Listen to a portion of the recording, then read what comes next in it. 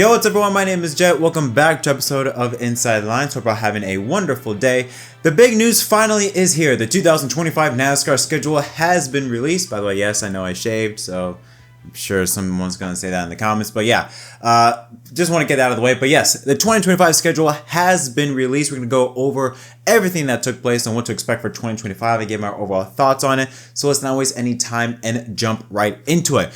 Here's a look at the 2025 NASCAR Cup Series schedule. We're going to first start off February 2nd, the big change. For the past 3 years, NASCAR has been holding its annual Busch Light Clash at the LA Coliseum. For 2025, however, it will be moving to the Madhouse, Bowman Gray Stadium. NASCAR will be returning there, the Cup Series, for the first time since 1971. This is an interesting move. It will air live on Fox that night. It's an interesting move to have this decision to race at Bowman Gray Stadium for the Cup Series. Personally though, I feel like this is maybe a bit of a step back. I get it. I love the fact that NASCAR is mixing the future with its roots. I love that, but going to a track like Bowman Gray Stadium, I don't know how I feel about that. I feel like it's it's too backwards. Like there are some things that should be left in the past, or some things that should be left to the lower division. And while I understand the allure of like the Cup Series going back to its roots to a place like the Madhouse, it makes sense for a track like North Wilkesboro. But for Bowman Gray, I don't know. I'm not sold on it. I'm interested seeing how it turns out, but I'm not sold on how that would take place. There will need to be some major renovation, I'm assuming, but I'm curious to see how that will play out. But I'm open to it. Now let's go ahead and continue on with the schedule. Daytona 500, February 16th. The second race at Atlanta returns February 23rd. And COTA will begin the West Coast swing. So we'll go from the East Coast to the Midwest in Texas at COTA, and then the 2-race West Coast swing at Phoenix and Las Vegas. And then we return from our West Coast swing to Miami. Miami goes from its October round of 8 playoff date to March 23rd, I should say, round 6 of the schedule. Now, the reason for this is more than likely for Homestead Miami to be able to have time to prepare for the 2026 schedule, where it's not, it's rumored that it will return being the championship race day for 2026. So they want to be able to have as much time as possible to be able to prepare for that. That's the only conclusion I have for that. If that is the case, I don't mind it. Then race 7, Martinsville. Race 8, Darlington. Race 9 at Bristol. Then we return with our off week. For the past couple seasons, NASCAR has been racing at Bristol on dirt during Easter weekend. We will be getting that back. And then Talladega, Texas, Kansas, and the All-Star race will close out Fox's portion of NASCAR, returning to North Wilkesboro. Amazon Prime picks up for the first time NASCAR in 2025, beginning their coverage with the Coca-Cola 600. Of course, taking place during Memorial Day weekend on May 28th, and then Nashville June 1st, Michigan June 8th, and for the first time since 1958, the NASCAR Cup Series will be racing outside the United States and racing for the first time south of the border in Mexico at the Autódromo Hermanos Rodriguez circuit, and it will be in conjunction with the NASCAR Xfinity Series and the NASCAR Mexico Series during Father's Day weekend on June 15th. And finally, Prime closes out their portion of NASCAR at Pocono on June 22nd. Race 18 begins TNT's portion of NASCAR. It also begins with the debut of the in-season tournament at Atlanta, Sunday, June 28th. NASCAR on TNT will begin their coverage, and it will follow that with Chicago on July 6th. Sonoma moves a couple weeks back to July 13th, so back-to-back road courses there.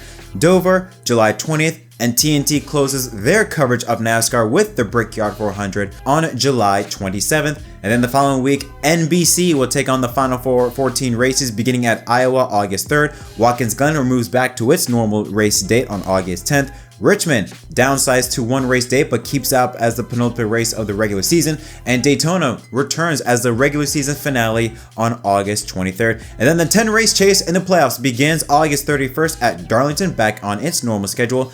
And a change, Gateway moves from June to September 7th, round number 2 of the playoffs and round 2 of the round of 16. Bristol returns as the cutoff race for the round of 16 on September 13th. The round of 12 begins with New Hampshire returning to the playoffs for the first time since 2017. Kansas and the Charlotte Roval returns on October 5th. And then the round of 8, Las Vegas October 12th. Talladega, the second race of the round of 8, moves back lower towards the schedule. Martinsville October 26th. And then we end off the championship race at Phoenix November 2nd. I just want to point out that Talladega, this is actually the lowest Talladega has been as part of the playoffs since 2010, where it was race 33. So if you want to compare that to today, in 2010, it would have been the opening round of the round of 8. But 2024 or 2025, I should say, it will now be the second race of the round of 8. So very interesting schedule there, but we're going to move on to some other little updates with the Xfinity and the Truck Series. For the Xfinity Series, a couple little notables is that it will return to Gateway for the first time since 2010, joining the Cup Series there. It will also return to Rockingham. That's right. For the first time since 2004, the NASCAR Xfinity Series will race at Rockingham. And for the first time since, I believe, 2013, the Truck Series will race at The Rock. Those two will have a doubleheader race weekend on Easter weekend. So very, very happy to see NASCAR returning to The Rock, and awesome to see that happening. Hopefully it will lead to maybe a Cup race down the line in the future. And also a key point to note is that no Richmond race for the Xfinity Series. That's the first time that has happened since 1982.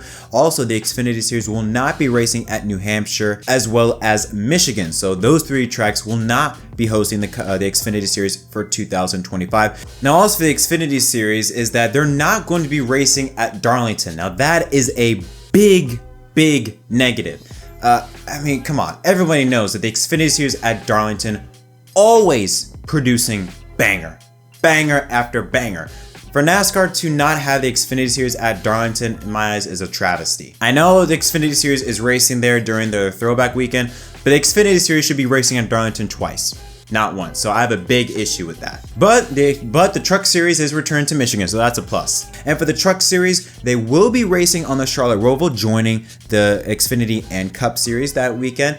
They will not be returning to the Milwaukee Mile, even though that was expected. And also, they will be adding a new track, basically replacing COTA. The trucks will not be returning to COTA in 2025, but on June 28th, they will make its debut in Connecticut, racing at Lime Rock Park. Now, that track has been known as of late to host what was then called the NASCAR K&N Pro Series for some time. As of recently, I think as in 2023, it has hosted IMSA races like the Michelin GT Challenge and events like that. And as of now, they only currently host the Trans Am Series, as well as they hosted in July the IROC return. It's a very cool and classic racetrack with a lot of history, so it is interesting to see the Truck Series go to Lime Rock Park, because I don't think that's a track that really anyone had in mind of them going to. But it is cool to see NASCAR trying out new things. I think we should appreciate what NASCAR, and this is one thing, again, I will continue to give Ben Kennedy much credit for.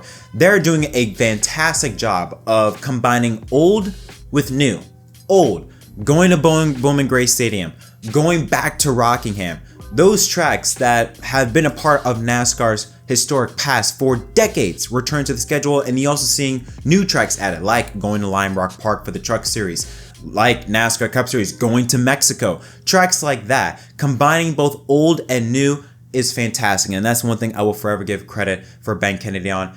As for the Cup Series schedule, again, a couple things I'm kind of a bit iffy on. I am not a fan of the 10 race playoffs. I'm not a fan of Gateway and New Hampshire being on the schedule. I think they're okay tracks, but I don't think they're tracks worthy of being in the playoffs. Miami, again, if the whole purpose is for Miami to return back to the championship race in 2026, I don't mind it having this one race date for 2025 back in March. I really do not mind it. But overall, I really don't have an issue with it. I also like the fact that they structured it so that each network gets a key race. Obviously, Fox, they got the Daytona 500. Amazon Prime gets the Coke 600, TNT gets the Brickyard 400, and NBC, they get the championship race. So I do like the fact that each network gets its own marquee race to really build upon. So I do think that's a good job on NASCAR structuring the format the way it is. Doesn't say as for the time. That's another thing that I think NASCAR fans specifically have a major issue on, is the time zones on when the race will be starting. We had issue as late as Michigan a couple weeks ago about the race starting so late, when obviously there was rain coming that forced a postponement to the next day. We don't have a time as to when the time zones will be released, but hopefully NASCAR does take that into consideration about maybe starting the races earlier than normal due to, the increasing of rain delays and postponement in recent years. But overall, I like it. Again, not a fan of the 10 race chase, but if I were to give this schedule a rating from 1 to 10, I would give this a 7. I like it. It's not fantastic. I like it though. The 10 race chase, again, downsizes it a little bit because of Gateway and New Hampshire. Would like to see the Charlotte Roval become the Charlotte race, the Charlotte Oval race again. That's another thing I wish we could go back to. But other than that, I really have no issues with it. The Bowman Gray Clash, I'm gonna hold my thoughts on until I actually see it. Kind of like with LA, I'm gonna hold my thoughts until I actually see it. Who knows? It could be really good, but I would, like to see maybe the Clash move into a different location, but that's just my personal opinion. One thing that I think we all notice is California. Outside of Sonoma on July 13th, NASCAR is not racing in anywhere near the Southern California area.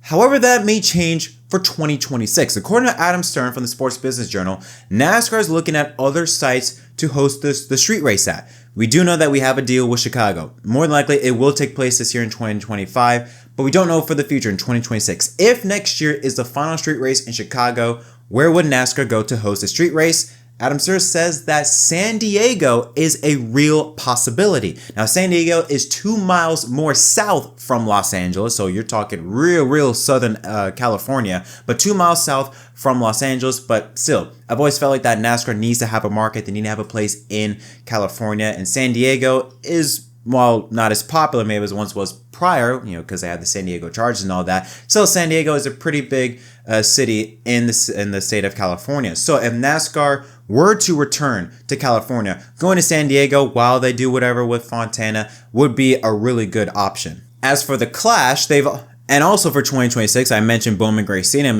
There's a real possibility it could be just a one-off for 2026. NASCAR's also had talks of holding an international race in Brazil, that being the host for the Busch Clash. Now, NASCAR, we know that they basically created a new series or partnered with the new series in Brazil, I think 1 or 2 years ago, called the NASCAR Brazil Sprint Race, and that has been growing in popularity. NASCAR's popularity has been growing in South America, specifically now with Mexico now having a cup race.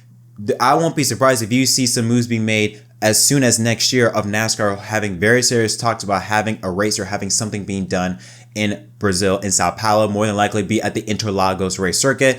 If they could be able to pull that off, I think that would be awesome. So that's one thing I think I love with NASCAR nowadays. I know we have a lot of issues with NASCAR in terms of how they do certain things, but there's one thing that I love is what they've been doing recently. Again, give credit to Ben Kennedy, is how they've been approaching the schedule. There may be some decisions that I may not agree with NASCAR. Again, like I just said throughout this whole episode, I don't agree with every decision that NASCAR made. I think some decisions will be like, not a fan of this, or maybe they could have gone in that direction.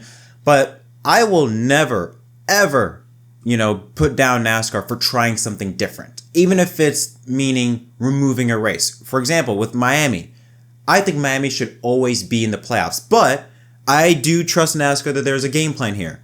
Moving Miami to March so that they can have enough time to prepare for 2026, I'm cool with that. If it's a decision that I may not like, but at the same time, it's like, I'll give you credit for trying. You're trying something different, trying something new, and that's one thing I will always give credit for NASCAR on, instead of what we had during the Brian France era, where we could basically just be like, okay, we know what the schedule is before the season even began. Like, we know what 2015 was before 2014 even started. So, again, that I much rather prefer this new era of NASCAR, where it's like, hey, we don't know what's going to happen next year. We don't know what's going to happen for 2026. Could we go to San Diego? Could we go to Brazil? We don't know. Could Cup Series go to the Rock? And that's what makes it so fun. So, yeah, again, overall, 1 out of 10, I give the Cup Series schedule about a 7. I'm not completely happy with it. There's some things I don't like, but I am overall satisfied with the entirety of the schedule for both Cup, Xfinity, and Trucks. But what are your thoughts? Let me know in the comment section down below. Where are tracks you're looking forward to? What do you not like about the schedule? Leave all your suggestions in the comment section down below. Until next time, my name is Jet from MDK. Thank you so much for watching, and I'll see y'all next time. You can't tell me now about time. Do you know how many lines I done put down? Vibes I done sent out, but we ain't here to dig. I'll up the market till they come red carpet the kids. Success still the target, soon I'll be crossing that bridge, but can't bring everybody with me, family only. I got some people think I owe a favor, barely know me. That's why my focus on the road, it's all I know. I see them sticking close to play the